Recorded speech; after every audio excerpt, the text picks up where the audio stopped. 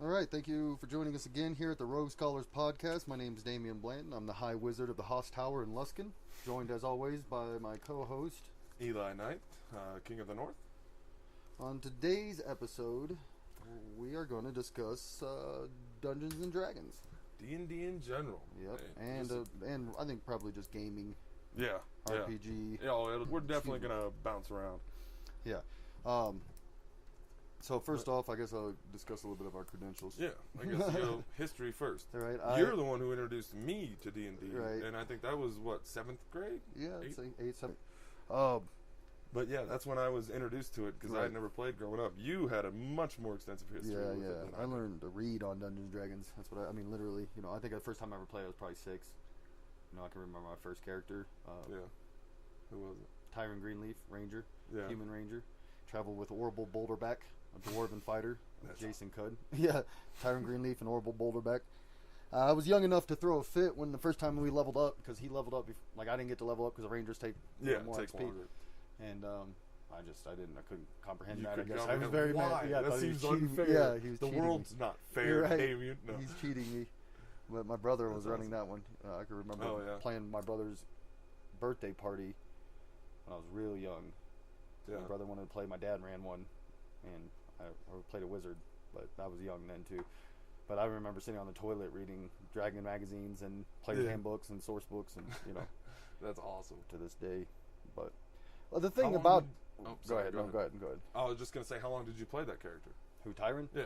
A few times. Probably 5 or 6 times. I even brought up when we were talking about it off mic. I was like, if I guarantee someone would generally ask, when was the first time you played D&D? And I'm like, I don't remember. Right. Like, I remember it was with you at some point at your house, but other than that, I don't remember the actual character or anything I played the very first time. Right. Most people, I would say, probably don't. Yeah. Remember their very first character Ever written up. Because it takes a while to actually get consistent with it. Because I've only had probably 3 or 4 characters that I've actually played campaigns with. Consistently with. Yeah, I've made hundreds of characters. Yeah, exactly. The sitting down, the single night creations. Right, yeah, we used to do that a lot. I love that. I have tons of those. Yeah, I had tons of those. But my Hall of Heroes has like, I don't know, 20 to 30 characters in it. Really? That are my characters I've played consistently in different campaigns. Enough to be attached to them in one way or another. Exactly. And you know who they are. Like they could the just personality is easy to slip. It's not. They have distinct personalities. Those are characters I could play. Yeah, exactly. It's not like grabbing, because if you grabbed a piece of paper, you can't play someone's character. Right. Yeah. But based on even the neutral evil, the alignment, you can't play someone's character. Even their weapons, you couldn't figure out how they played. Right. That takes a while. Yeah, it does. Absolutely takes a while. And I've only done that with like probably 3. My favorite was Azrael, which was the one you were running, where I had Silent Night. Yeah, that was. It was essentially Wolverine's claw, but it was only on one hand, and you could not hear their dying scream. Yeah. It was the sickest thing ever. Because I was playing an assassin with a magic carpet. Right. So that was my favorite. That's why I got into that. And we played with Jake, because that was the one where Jake was playing a dwarf. Yeah, what was his name? I don't remember his name. Gauntlets. The gauntlets that made Thunderclap? No, they turned like molten or something, fire. Oh yeah. They clapped them together. Lava, They dripped molten rock. Remember you ripped that thing's stomach open? He tried to roll for it. He's like, can I rip his guts open? Because he had like a goblin down. You're like, I guess you could try. Yeah, he did. And he did. Succeeded. He ripped its stomach open for no reason. He was a barbarian. Because we used to deal with that where people on like Friday nights would come by Jake's and be like, you guys going to the party? And be like, no, we're 3 we're 3 dudes. We're busy. We're assaulting a keep right now. We have no time for your parties. Exactly. How will we defend the castle from the party? Sure. Yeah, we'll go drink while the peasants just, we're going to let them get wiped out by vampires? What the hell's wrong with you? Right? I'm a paladin, sir. Right. I couldn't live with myself. Yeah. I'm sure you could. Why don't you go enjoy your drink? But, no doubt. But I don't know. And then also, what I think we did a great job of, though, is like, even like, because generally, like, the athletic, popular people, or whatever, would stop by and still be like, so wait, what are you guys playing? It takes and they would get 20 minutes for somebody to be like, I've heard people, be like, oh, you nerds, bash it and stuff, and then watch it for 20 minutes, and everybody is interested in making character. And I'd say 9 times out of 10 they play, and I'd say, 80% 80% of those enjoy themselves and would like to play again. Want to play again. Yeah. It's just exposure. Yeah. You just don't get exposure to it, which is the good thing about nowadays. Right. Which is, it's like, yeah, well, it's like Bonet when he came in. You know, he gave us all that shit, and then 20 Yeah. minutes later, he's like, "Now, how do you? What is yeah. this bullshit?" He walked I'm like, in "You want to play?" literally just talking shit Yeah. about it. You fucking nerds. Right. What are you guys doing? Because he is a stereotypical wants to be a jock, Yep. you know, Yep. type of dude. Yep. And But 30 minutes later, he had a half-orc fighter named War God. War God, and he was in love with Yeah. it, and he wanted His to wife play made him go nonstop. home, and he was not happy about it. Yeah, You know, so I've never, and I'm always like, yeah, don't knock it before you try it, for sure. absolutely. But like I said, It got a lot of stigma back in the day, and a lot of that stuck to it for no a doubt. long time. no doubt. But there's crazy people who do crazy things all the time. But it is getting popular, and that's great, you know. But Why weren't you?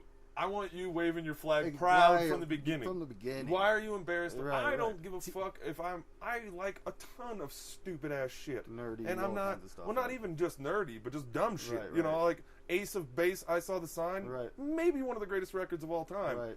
That's a stupid thing to say. right. But I like it, Right. and I don't care. I'm unapologetic. Same Right. with D&D, where I've never, if someone asked, I've never in my life even considered in my head going, oh, I don't know. Right. Like, Yeah. no, I'm like, oh no, D&D's badass. You ever played? Yeah, Like, right. instantly. Yeah. You know, that's No doubt. because I didn't know about it for a long time, and I probably would have. I'd never heard of it. Right. So I didn't have that stigma, but I was the type of dude who would have, Right. you know, Right just off the bat. yeah, just a guy who played sports and shit Right. up until that point.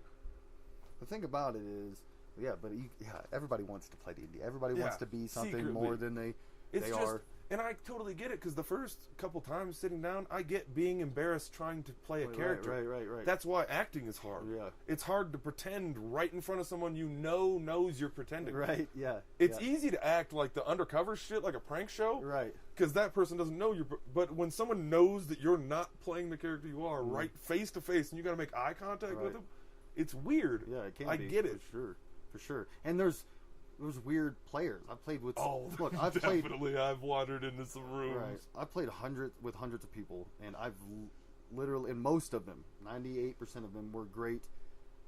Even some of them that are weird or that are different. Yeah, you they're know, still cool. they're still cool to play nice with. people. Good. Yeah. There's a few that are. I've played with Johnson and some of his. Not Johnson himself. Johnson's a great guy to play. Yeah, with. yeah. But I've gone to games with him before. I remember and being like, no, this is not. This is. Yeah, this is not my crowd. This is not my crowd, and that's okay. That's in with everything. I feel like you guys would prefer to wear the clothes while playing. Right. Which that's not even it. It's just like their choice of characters and their choice of is weird. It's no longer, you know what I mean? Like the role play they choose to be involved in is weird. Once they're in D&D, then they've gotten niche, Right, which right. is Yeah, that's yeah, a different level. yeah. Once you get Yeah. niche inside, Certainly, and I want people, and that's great. And like I don't bash those people for that. Maybe in their game it's perfect. Exactly. and works, I don't bash them. but That's fine. It seems out of place For when me, you play with them. yeah. When And I've I've been, yeah, and we there's- laugh a lot. Like we are very. I've had some of them like I've gotten up from tables angry in character. I've gotten up angry from tables out of character. I've been emotionally invested with in character. I've been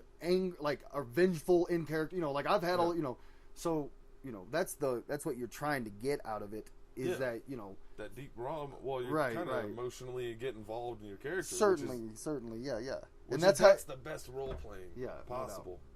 And that's when you get the best experience too. Is when you get invested. some of the best role playing or some of the best gaming has been done without rolling dice. You know what I mean? Yeah, And exactly. some of the, I mean, don't get me wrong, some of the best gaming has been fights that were epic and fantastic. Yeah, Don't get me wrong. trying- I love a fantastic fight, Yeah. but And that's a special skill by a DM is to like illustrate verbally a fantastic fight. to me that's one of the hard. Like to me, That's what I enjoy about your DM.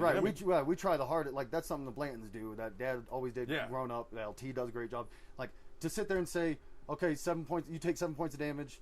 I rarely here lately, and there's nothing wrong with it either way. Recently, in the last year or two, sometimes if I have a bigger game, I will let characters keep track of their own hit points. It's easier and it kind of makes sense.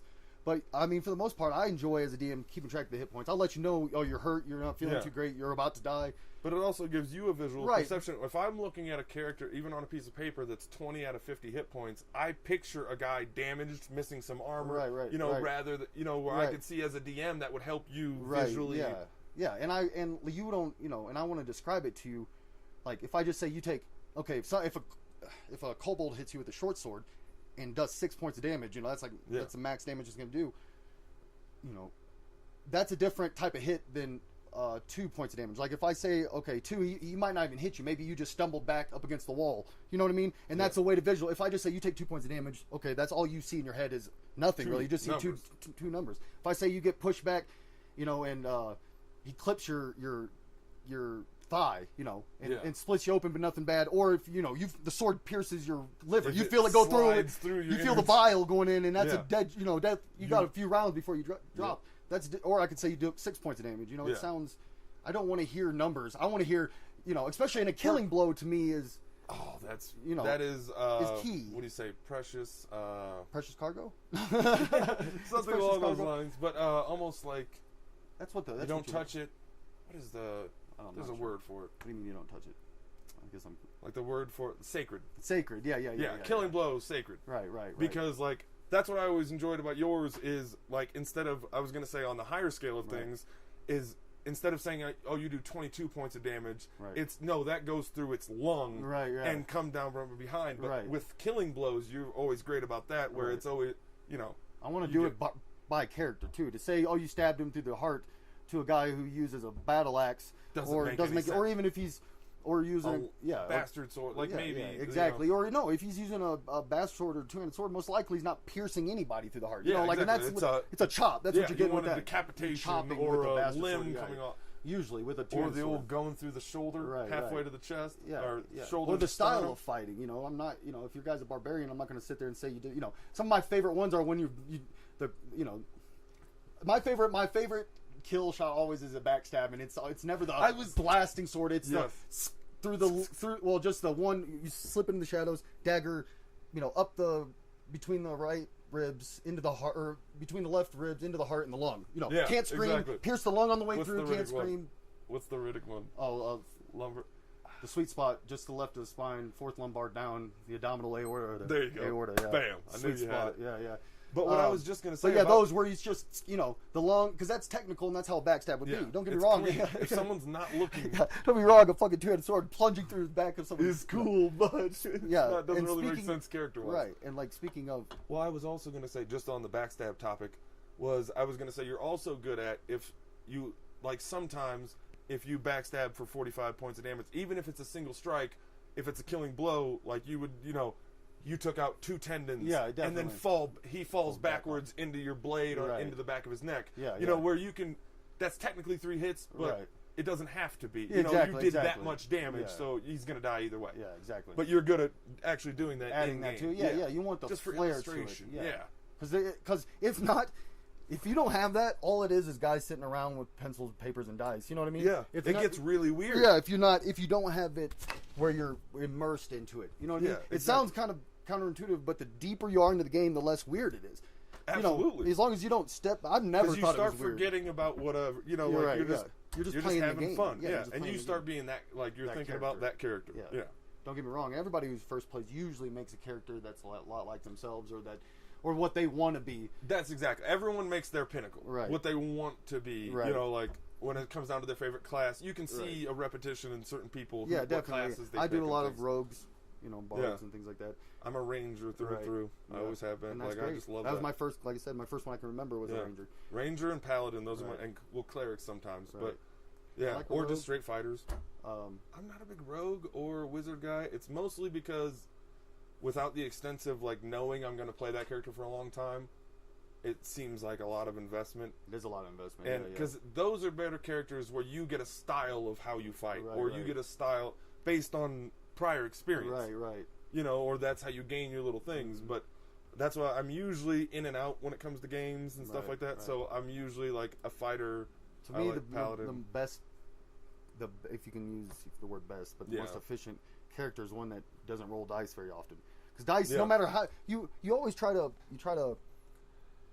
gear yourself towards your bonuses and things, of course. And so when you do have to roll dice for your things you're skilled with, when you're a rogue and you're doing something sneaky, or a fighter and you're doing something physical, you get those bonuses. So you veer towards things, but you're still a chance. It don't matter who you are. If you're a 20th level fighter, you might roll a 1. It's literally the term. You're rolling the dice. You're rolling the dice, regardless. And so anytime you can come up with a plan that doesn't need a dice, which is harder said than done.